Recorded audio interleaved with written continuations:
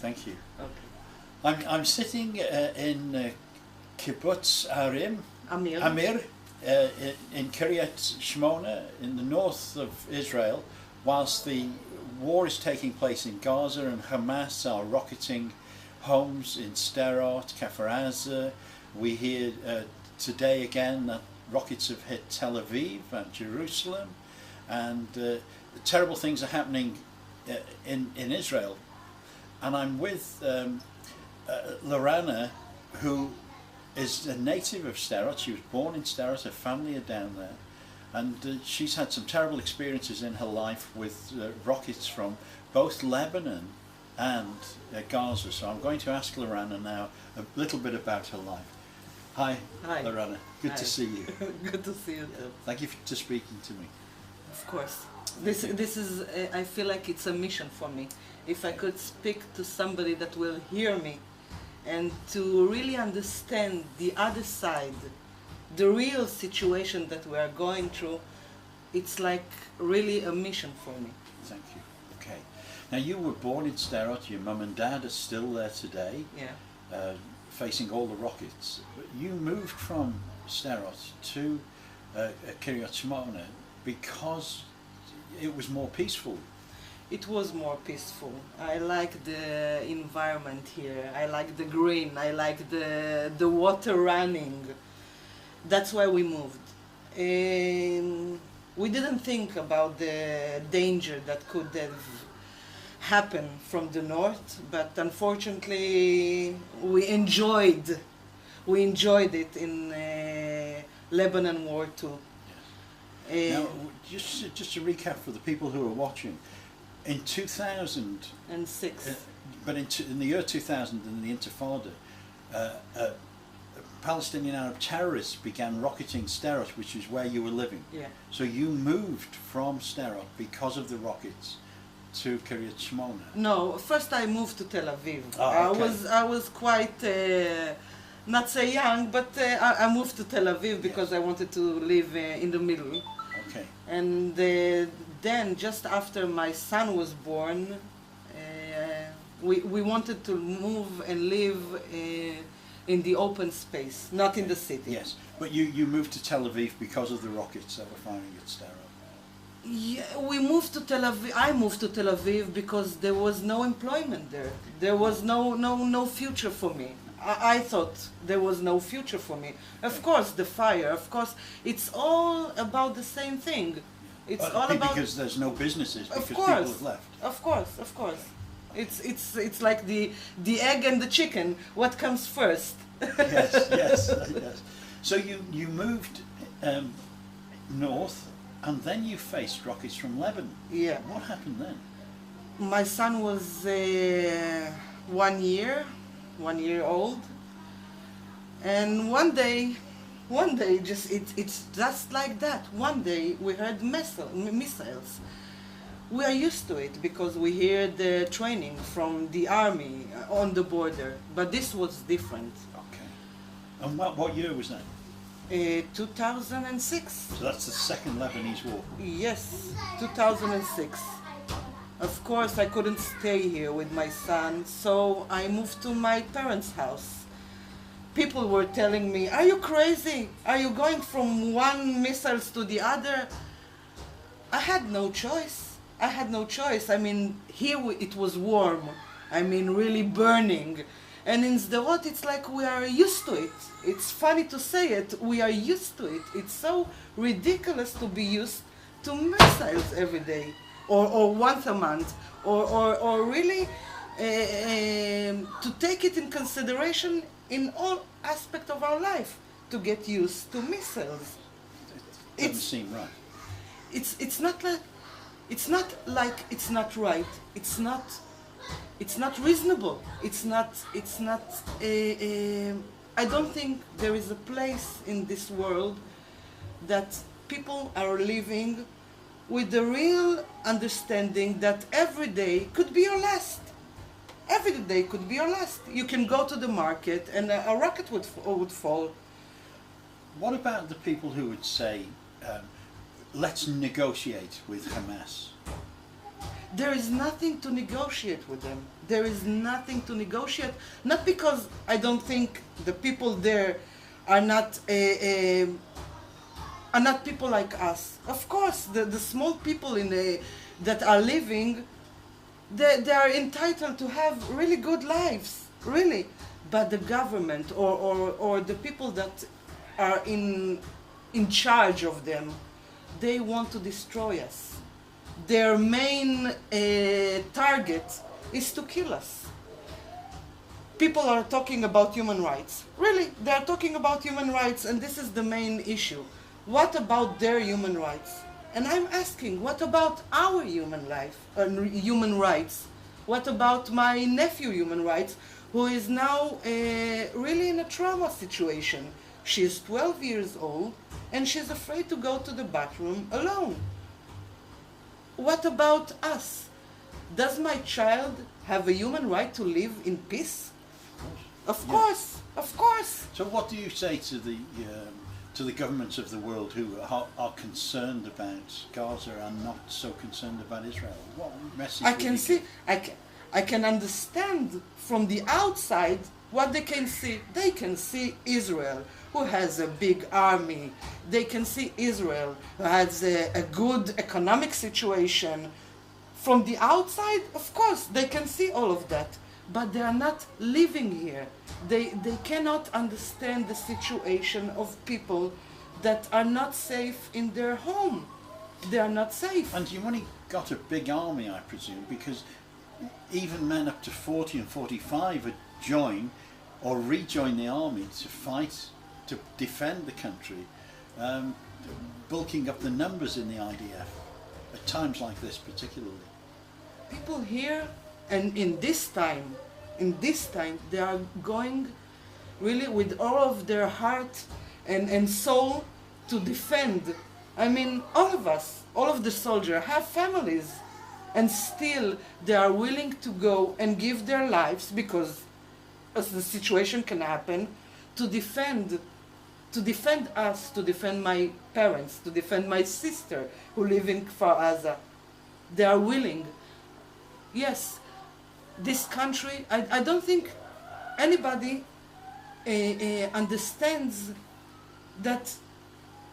Well, everybody's talking about the Holocaust, and everybody talking about that we are playing on that. We're not playing on that. We don't have anywhere else to go. We really don't have anywhere else to go. This is our country. This is our country. We built it from nothing. My parents came here. Sderot was just sand and nothing. And we built it with our hands. I remember, I have memories of me and my father going on a Saturday to Gaza to shop. Yes. I remember it. We went there to the beach on Saturdays. Well, you could have a great life if you wanted to live with us. You could have great life. You could have commercials with us. You could go and איך אומרים? להרחיב? I'm thinking about it. You can have business with Israel. Yes, of course. I remember my dad going there and fixing his car. I mean, you could have really good life living next to us. Why do they need always to go head to head with us? Yes. Israel doesn't want the war. Israel doesn't want the war. The people here don't want the war. But in times like this, I say, ceasefire is not right. Ceasefire, when the situation is like this, everybody's talking about the ceasefire, but the missiles are still going. Yes. The missiles are still going, and going hard. How many missiles since last week? Do you remember? 1,128 missiles were shot to Israel. Can anybody... In 6 days? In 6 days. Can anybody understand the meaning of it? Can anybody understand what it feels to sit close and tight in a room without being able to go outside? Is this part of our human life or human rights or whatever? Now, you were telling me just a few minutes ago that Hamas have murdered some of their own people for cooperating. Yeah. And I just wonder what sort of human rights record they have. Can you tell us about the background about those murders today in Gaza? What was published in the net, that they were captured with the photographs and equipment to photograph missiles launching places. Now these are Palestinian Arabs who live in Gaza. Who lives in Gaza and are cooperating with Israel. Because they're not happy with the situation, because people understand. I think if you could have gone to Gaza and really speak to the little people there, with the people like me there, they will tell you the same thing. We want peace. Yes, of course. And what they had now, that they took this two-person, they murdered them, they tied them to a motorcycle, and they drove around Gaza. This, what will be done to the person that will cooperate with Israel. The IDF gave notice to the people in Gaza, telling them, be careful. If you are living next to missile rockets, go away from your houses. Be careful. We are telling you, this will not end right. Go away. Leave your houses and take care of yourselves. But the government, their government, the Hamas government, told them, no, it's just propaganda. It's just lies. So they're not taking care of their human rights. We should take care of their human rights. There are their people. These are the government of the Hamas, who are supposed to be taking care of the people there, but they are not. They are not.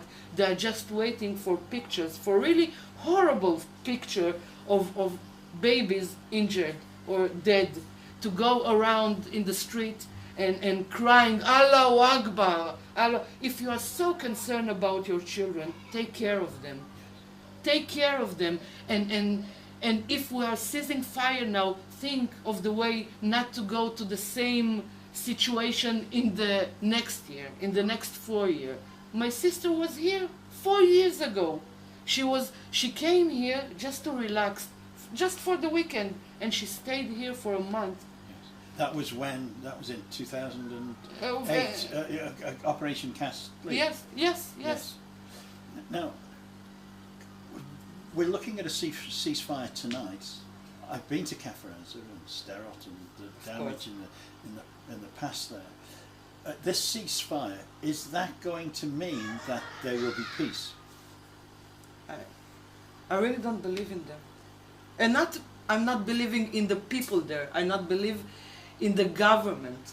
I'm not believing in terrorists, because they are terrorists.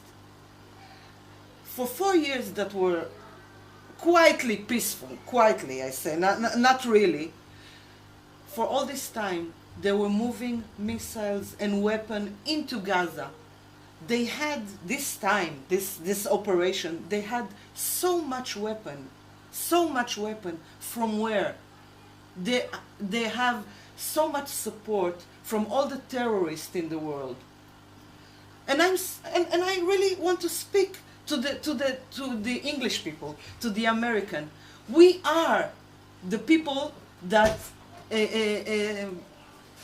defends you from these terrorists. We are, with our flesh, with our bones, we are taking all the bombs for you, because in the Middle East, we are the democratic. We are European, just like you. Yes. Our lifestyle is European. Of course. We are not we are not